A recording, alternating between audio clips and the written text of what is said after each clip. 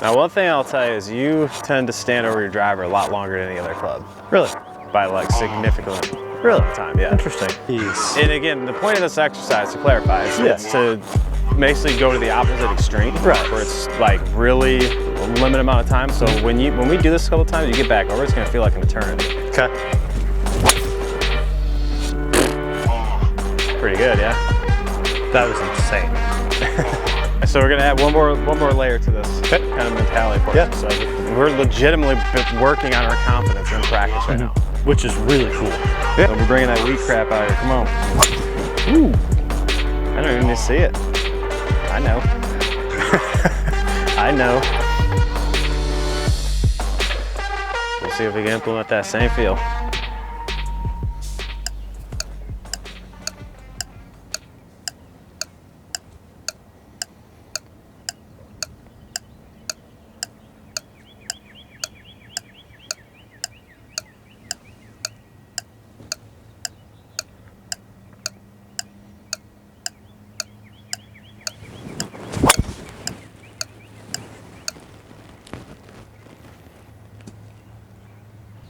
Now, one thing I'll tell you is you tend to stand over your driver a lot longer than any other club. Really?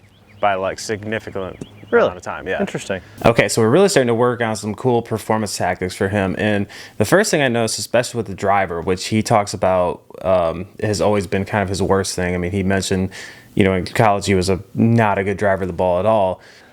Especially in college, I was a horrible driver of the golf ball. He still has a little fear there. So the first thing is like I noticed he gets standing over for a very long time, which when we're over the ball for too long, essentially there's just going to be more doubt. There's going to be more thoughts. It becomes very counterproductive.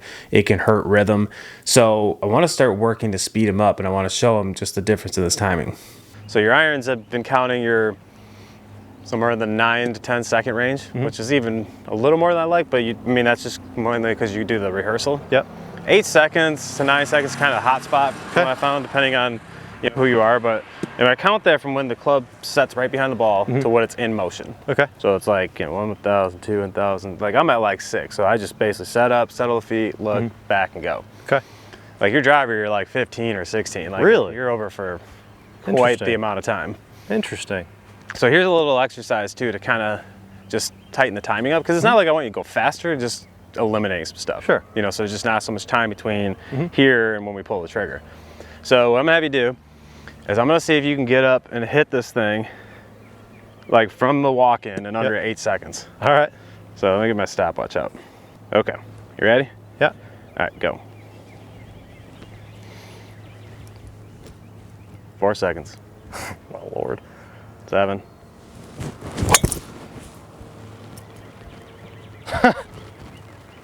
What'd that do? It was perfect. So that was 8.7. Jeez. And again, the point of this exercise, to clarify, is it's to basically go to the opposite extreme, right? Where it's like really a limited amount of time. So when we do this a couple times, you get back over, it's gonna feel like an eternity. Okay. So let's do like 1 or 2 more like that. Yeah, I mean, it felt like, so I got like into the ball at 4 seconds. I was like, holy shit, I gotta go. And just keep in mind, like I'm not trying to get you to actually walk faster, move faster. It's just getting in there and getting it done. Right. Yeah. Just getting to pulling the trigger with less noise. Because I mean, when we're over this thing, and you know, we can overthink it for sure. Yeah. All right. All right, you ready? Yep. Go. 4. 7. That was 8.5 again.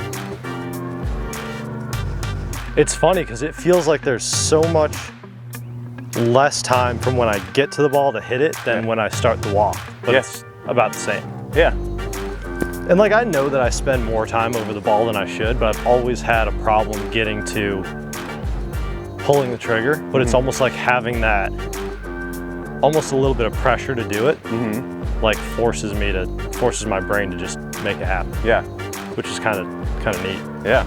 All right, you ready? Yeah. Let's go. 4. 7.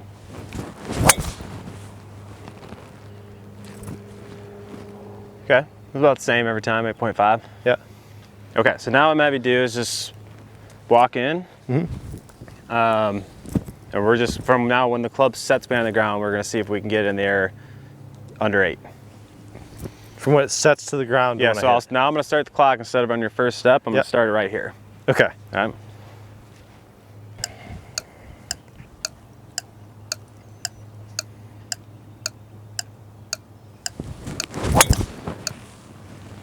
That was 6. Okay. So here's now this is gonna feel weird, right? Yeah. So I'm gonna have you set up to this one. I'm gonna start the clock again, but I'm gonna tell you when to go. Okay. So you gotta stay over the ball until I tell you to pull the trigger. All right. Okay. This is gonna feel like forever, isn't it? We'll see.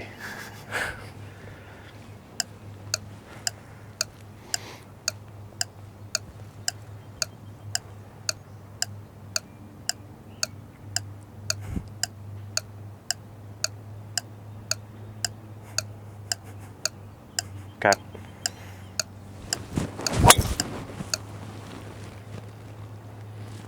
So what did that feel like? Felt like I was standing over for a year. Yeah. It's pretty wild, right? Yeah. I saw you just sitting there like waiting. I'm like, still got 5 seconds, bro. I was actually laughing. I was like, what in the world? But it's wild though, because that's where you are normally at. Really? Mm-hmm. That's pretty nuts. This time drill kind of showed me the importance of not overthinking, and also demonstrated to me that I move a little bit slower than I think sometimes. You know, Kyle told me we were going to do 8 seconds from the time I walk into the time I hit the ball. I thought it was going to be easy. And as you can kind of see in the video, it felt like I was moving 1,000 miles an hour. But once I got that down a little bit, I started just absolutely striping it.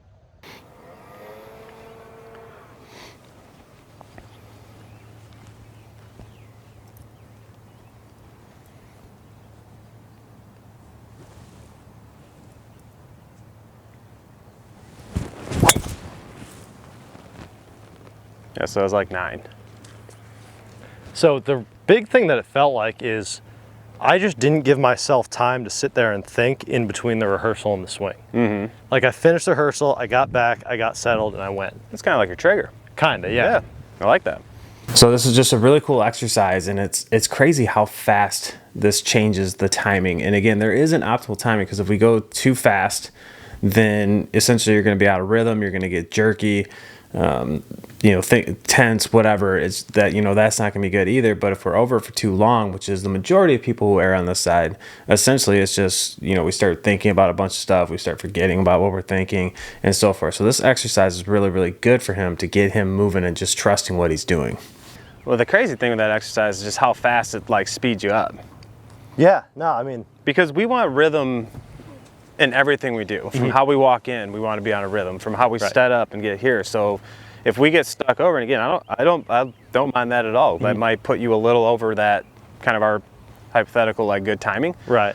But you know, I've always found players really good from 7 to 9, depending on just their. Like I said, I'm on the faster end just because I just settle my feet, look, and go. You know, I don't have rehearsals or anything like that. You know, the players that typically get settled and just want that and go, like Xander. I mean, he's like 10. Sure. That's usually on the long side from like the really high level players we've seen. But I mean, at 15, there's just probably too much happening. Okay. So again, let's go back to just kind of a normal one. And if you want to keep your rehearsal incorporated, you got plenty of time to do that now. And I think that's where I've always kind of gotten in trouble with the driver is I know I haven't always been a very good driver. So I get over the golf ball and I start thinking about how can I make sure it does what I want it to do, whatever. Yeah. Right? Like I'm a fader, so how can I make sure the face is open to the path? And I start thinking about stuff like that. I mean, it's the interesting thing, like try harder.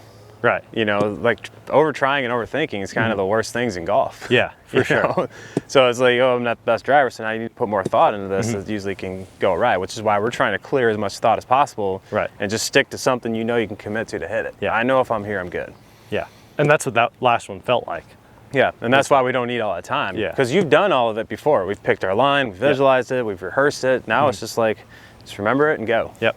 Yeah, that's exactly what it felt like, was kind of get there, and I know if I get there, my body's just going to kind of continue that rotation, and once it does, perfect. Bang.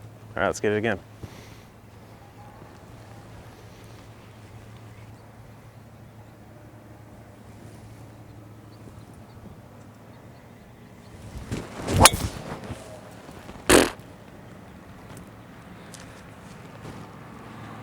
pretty good, yeah. That was insane. The wild part is, it's like, I actually feel like it's easier for me to get that width and rotation when I'm not thinking about it. Mm-hmm. Like when I do the rehearsal and just kind of let my body do what I'm kind of trying to tell it with that motion, rather than thinking about it, it just happens. Well, that's the beautiful thing about how we're tying this together with, you know, technique, because now it's like I've done enough reps over the past few days, I kind of know what that is. Yep. Then over that's just a quick reminder, and then we go. Yeah, for sure. And I mean, that one, I mean, it flew into the woods, but I literally picked out like a leaf on one of those bushes and it flew right over the leaf. Yeah. Like, it would have landed on a dime. That's awesome.